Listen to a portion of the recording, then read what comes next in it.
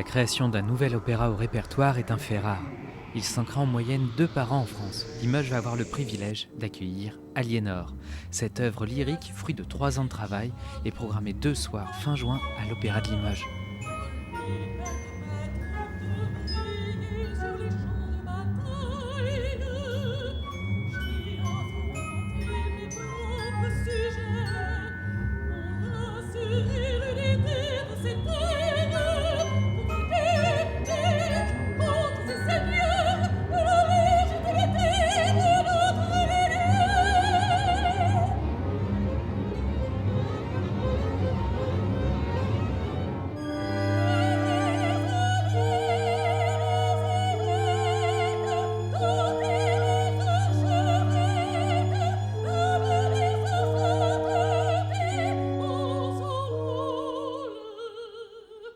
Mon rôle dans Aliénor est bien évidemment diriger la production, c'est-à-dire m'associer aux metteurs en scène, aux artistes et artisans de cette maison, aux compositeurs vivants, présents donc à toutes les répétitions pour donner vie à cette œuvre, à cet opéra. Je ferai de mes enfants. D'accord, dès qu'elle commence à parler, elle se laisse là-dessus.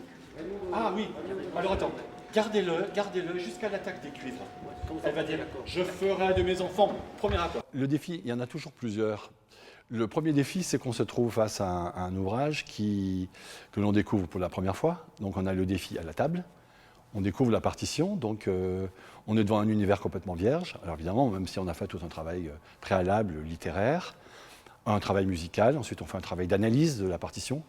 Donc le premier défi, c'est on arrive sur notre table un objet et on ne sait rien de cet objet. Et on n'a pas d'antécédent pour pouvoir comparer. Donc c'est toujours une espèce de vertige parce qu'on part de rien, soi-même par rapport à sa sensibilité, pour aller vers quelque chose qu'on va proposer au public et qui sera une œuvre d'art.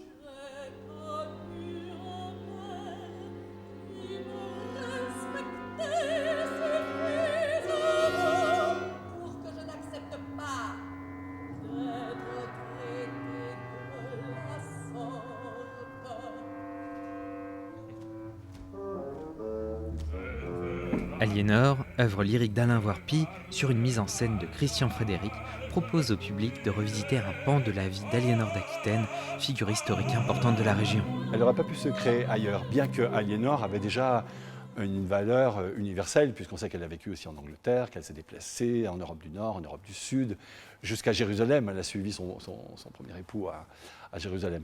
Mais il y a une réalité historique locale, régionale, qui donne encore plus, j'ai envie de dire, de poids à cette création. Pourquoi choisir un autre mythe historique que celui dans lequel on a j'ai envie de dire, il y a à la fois une présence géographique, historique, sociale, et puis c'est une femme qui a ouvert le chemin, je ne veux pas dire, parce que ce serait trop moderne, j'ai envie de dire d'une respectabilité de la femme, d'une émancipation de la femme et de cette position de la femme dans la vie de la société, déjà au XIIe siècle. Donc cette région peut s'enorgueillir d'avoir eu Aliénor d'Aquitaine comme figure la plus emblématique.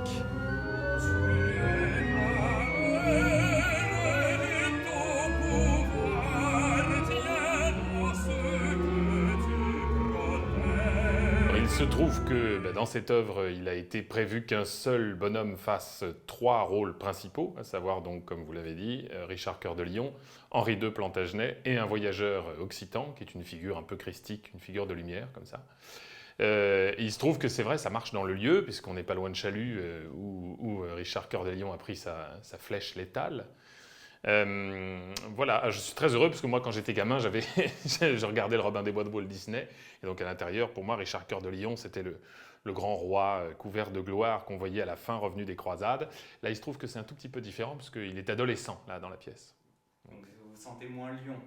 Un peu moins, oui, c'est un plutôt jeune lionceau, comme on disait avec le metteur en scène quand on a commencé à travailler, le personnage de Richard est à cheval entre la révolte de l'adolescent, l'innocence de l'enfance et la fébrilité du puceau. Voilà, on est à cheval sur ces 3 choses.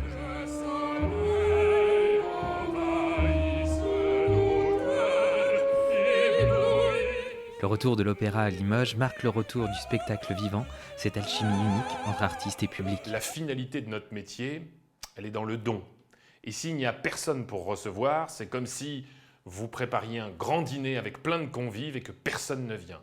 Ça a été un peu notre impression pendant 15 mois. Les diffusions vidéo nous ont permis, et merci à ceux qui les ont mis en place, de survivre, parce que ça reste une manière de faire son travail, mais ça reste quelque chose qui ne peut pas se substituer au spectacle vivant parce qu'il est du domaine de la trace incomplète et non pas de l'expérience directe. Donc là, on va avoir une expérience directe, mais voilà, enfin on peut avoir ce retour du public sur notre travail. Sans ça, tout ce que nous faisons avant, les 3 ans de boulot n'ont pratiquement pas de sens.